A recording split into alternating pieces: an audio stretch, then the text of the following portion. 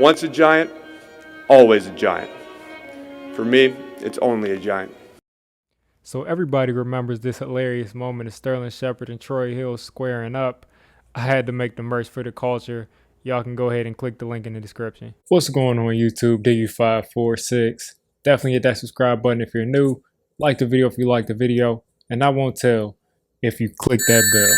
But let's go ahead and get into this. Alright, so another uneventful sort of preseason game. Not much scoring, of course. Starters weren't playing. Pretty much what we saw last week, except this time, second string guys got a lot more reps than they did last week. Last time, it was pretty much third and fourth back into the roster guys mostly. This time this happened, but for the second half instead of for 3 quarters. Ximines is someone that stood out to me. The offensive line stood out to me. I was expecting to see some starters on the offensive line again, but it seems like that starting offensive line impressed enough to not have to play in this preseason game against the Browns. Now, they are backups, and they felt like there's no point in throwing them out there again against the same backups that they pretty much dominated last week. I didn't really see much breakthrough in the offensive line in those practices, and it pretty much translated over. They didn't play the starting offensive line. In fact, they played the second string offensive line, which at least at the beginning of the game completely dominated their second string defensive line with Mike Glennon in there, Devontae Booker in there, and they pretty much ran downhill. Devontae Booker got back to doing what I know he could do, which is be a downhill runner, be quick and decisive, hit the hole fast, and that's what he was doing.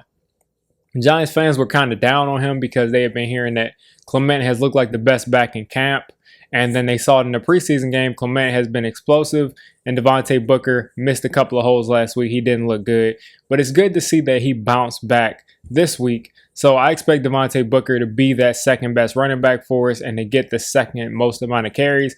And Corey Clement is going to be the guy that comes in there, catches passes sometimes, kind of a change of pace kind of guy, more similar in playing style to Saquon. But moving over to the offensive line, they really set the tone. Back to the offensive line, actually. They really set the tone running the ball. They did a good job pass blocking. Mike Glennon had time. There were holes all day.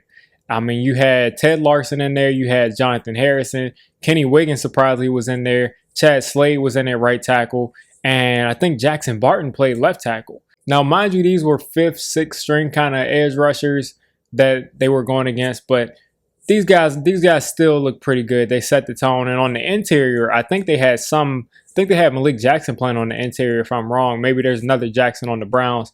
But the interior, they pretty much were just regular backups, and the interior was dominating them. Jonathan Harrison specifically looked really good, and what I saw from him, Ted Larson looked good, and Kenny Wiggins didn't look horrible. I thought that Kenny Wiggins was just going to be a complete dumpster fire, but he did not look bad today. He definitely bounced back and made sure that he let Giants fans know exactly why Joe Judge didn't cut him last week. Another huge standout, and I think he had the best game and pretty much showed himself the most. O'Shane Ximines went from months ago, me calling him Ximini Crickets, to me revisiting his film and looking at how he won on plays in the past. And he literally looks like our best pass rusher. Now, Ojulari is going to come along, and I think he'll pass. And, not Lorenzo Carter, but Leonard Williams, he's our best pass rusher, but not, he's not the edge guy. He looks like Ximines looked like our best pass rusher when I went back and looked at his tape, because not only does he have the bend to get around the corner, not only does he have the get off and explosiveness, he also is very technically sound with his hands. And, he had his rookie year where he had 4.5 sacks, I think.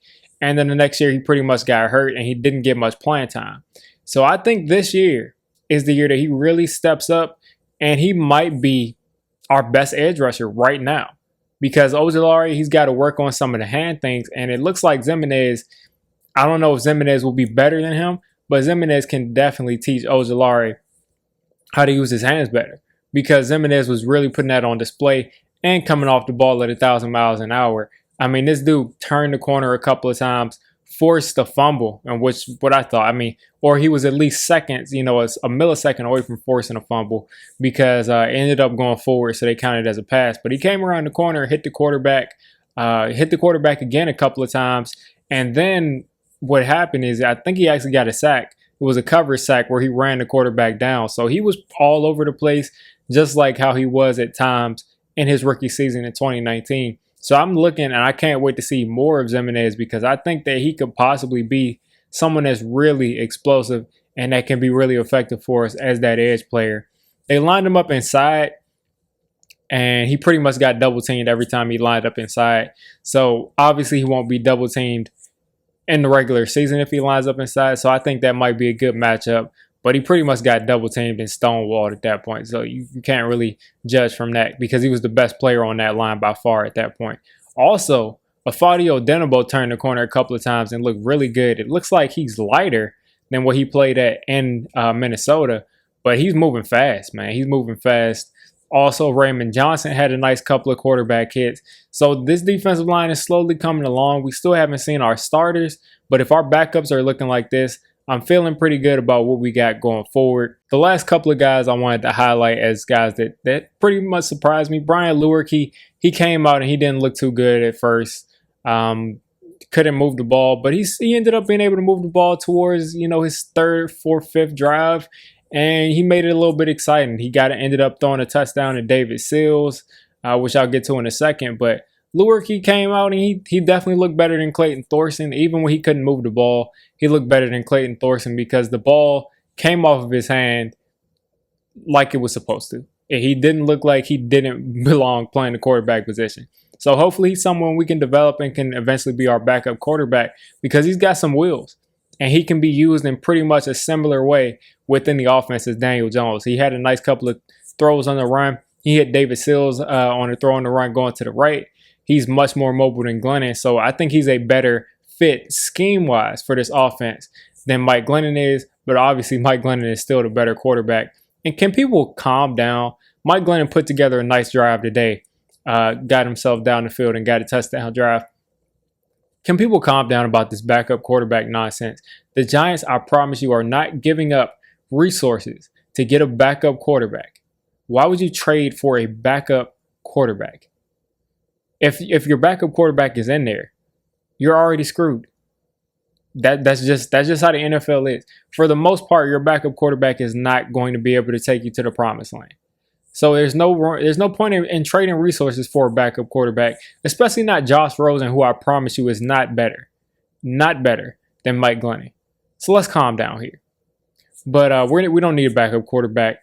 Either way, Brian Lewerke looked pretty solid. He's another guy that, just like Clayton Thorson, looks almost exactly like Daniel Jones. If you change the number to 8 and, not like in the face, but his build and the way he looks in his uniform looks exactly like Daniel Jones, just like Clayton Thorson did. So I just think that's hilarious. I don't think it's anything they did on purpose, but he just looks exactly like Daniel Jones. And he even looks more like him because he has the 6 now. Clayton Thorson had 17, but he has 6. So just something I noticed too. But David Sills continues to shine.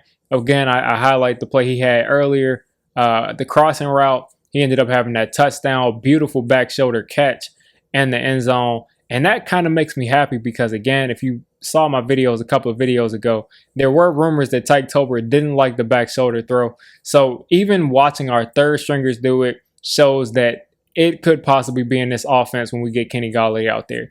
So that will make me very happy if we could have that in the offense for Kenny Golladay and Kyle Rudolph. Also, Rising John finally got up the seam and caught a nice pass up the seam. That was great to see as well. Other than that, I guess Quincy Wilson got an interception. But those are the guys that I really thought stood out to me and are going to probably be on this team going forward. Brian Lewerke is definitely probably going to be a practice squad guy who we develop, and we hope that he eventually steps up and becomes our backup. But everybody else that I mentioned, they have an outside shot at the 53. Lastly, someone who I think should be cut immediately is Madre Harper and Sam Beal. Both of those guys went out there and put on another clown show. Sam Beal, they threw the ball directly to him. Should have had an interception. He completely misjudged the ball, jumped in the air, jumped sideways away from the football, and gave up a catch. I mean, the dude is sad. I mean, I don't want to root for someone to lose their job, But Sam Bill just seems so out of place, and we gave up that 3rd round pick for him. We had so much high hopes for the dude, but he just can never stay on the field. And at this point, whatever player he was going to be coming out of Western Michigan, whatever player he was supposed to be coming out of school, he's not. That player is gone because he's missed so much time. He hasn't been around a game, and we would have to bring him around so slowly that I just do not think it's worth at this particular time. So Sam Bill, I think the experiment with him is over. Madre Harper just continues to be bad. He's been bad against 5th, 6th, 7th wide receivers on the depth chart the last 2 weeks. And he just showed, I can't cover. He showed that he cannot cover. So you guys let me know what you thought. Of course, again, like I said, of this second preseason game, we got 1 more left. And the joint practices with the Patriots coming this upcoming week. If you made it this deep into the video, come on, just hit the subscribe button. I make Giants content primarily, draft content secondarily, and during the season, I'm going to be doing a lot of reacting to pretty much most of the NFL games and everything NFL. So if you made it this deep, go ahead and join the D6 squad.